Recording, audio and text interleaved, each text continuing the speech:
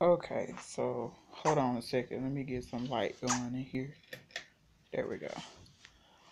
So I want to start this video off by saying my condolences to all of the families who have been affected um, by police brutality or any injustice in general from the government or any type of alleged authority figure and official. So that's how I want to start that out. With that being said, my heart also goes out to all of us who may not have been directly affected, but um, have a strong emotional um, response to what's been happening. So this is not something that just started. This is something that has been going on for many, many years, but it's just now really coming to the light for us because of technology. Um, People are recording these things and we have proof now. That's the only difference. This has been going on for years, undocumented. The media plays a mass role in it. That's why it's called mass media, because it's the fastest way for anybody to be able to get the word out. And what you don't see is they sit in these rooms and they cut videos and they edit them and they show you what they want you to see, the bits and pieces that they want you to hear. So when you have these people that are pulling out their phones, that are actually there, that are witnessing the crimes being done, that is the raw footage. You're getting the uncut version. This is good. This is good because the truth is coming out. Where are you going? Excuse me, my daughter is a little fussy right now. She's very spoiled. She likes to walk. But anyways, here.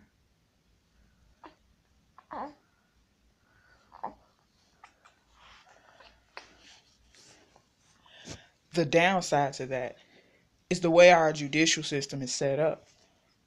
It's not designed for the judicial system to be wrong. What I mean by that is anything concerning justice is supposed to be in defense of the people. That's what it's supposed to be. It's supposed to be a system set up to protect the people. Newsflash, America, black people are the people. I wouldn't say that we are still considered the minority at this point, because I do believe, don't quote me on this, I have not done my research, but I'm pretty sure that majority of the country is African American, uh, Mexican, Latino, but I assure you that the majority is probably not white people anymore. So why then is it that when these crimes happen, no one has to answer for them? I mean, we have several documented deaths, visuals, unarmed people that are turning up dead at the hands of police officers, um, even in a whole precinct. Like, how does that work? With the Sandra Bland case, you mean to tell me did nobody see nothing? And she just majestically stole a large black garbage bag and took it back to her room and hung herself? Now, why would she do that? And where was everybody else when she did all of that? Hanging yourself is no easy task. It's a certain way you gotta hang the bag, and since it's a trash bag, and I'm trying to figure out how this trash bag managed to hold her whole weight enough for her to hang herself. But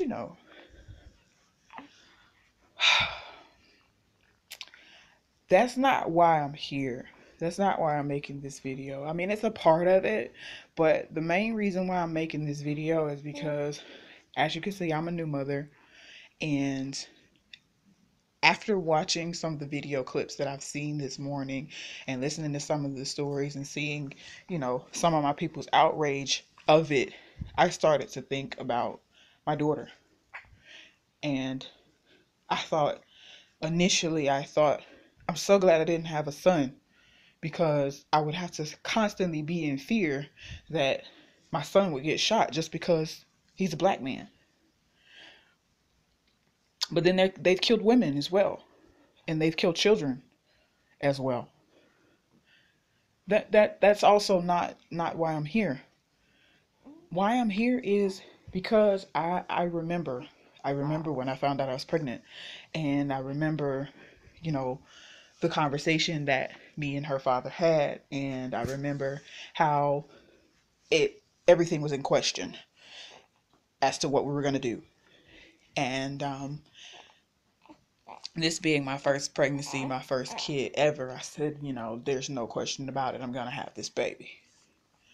Now that she's here, I see all of the things that her father was trying to tell me that I didn't foresee at the time. Because, of course, you're pregnant, you're hormonal. The issue that I'm having right now is, was I selfish for making the decision to have this child? Was I being selfish? Was it wrong of me to bring her into a world like today? You know? Because as I stated earlier, this didn't just happen. I knew they were killing black people before I got pregnant. I knew that there was a possibility that she would have a hard time coming up in today's world before she was even conceived. So, does that make me a selfish person for knowing these things and acknowledging these things and still continuing to go through with the pregnancy and having this child? Now, I know that's strange considering how monumentally big the situation is. Like, is it wrong for me to even ask this question because I'm just one person?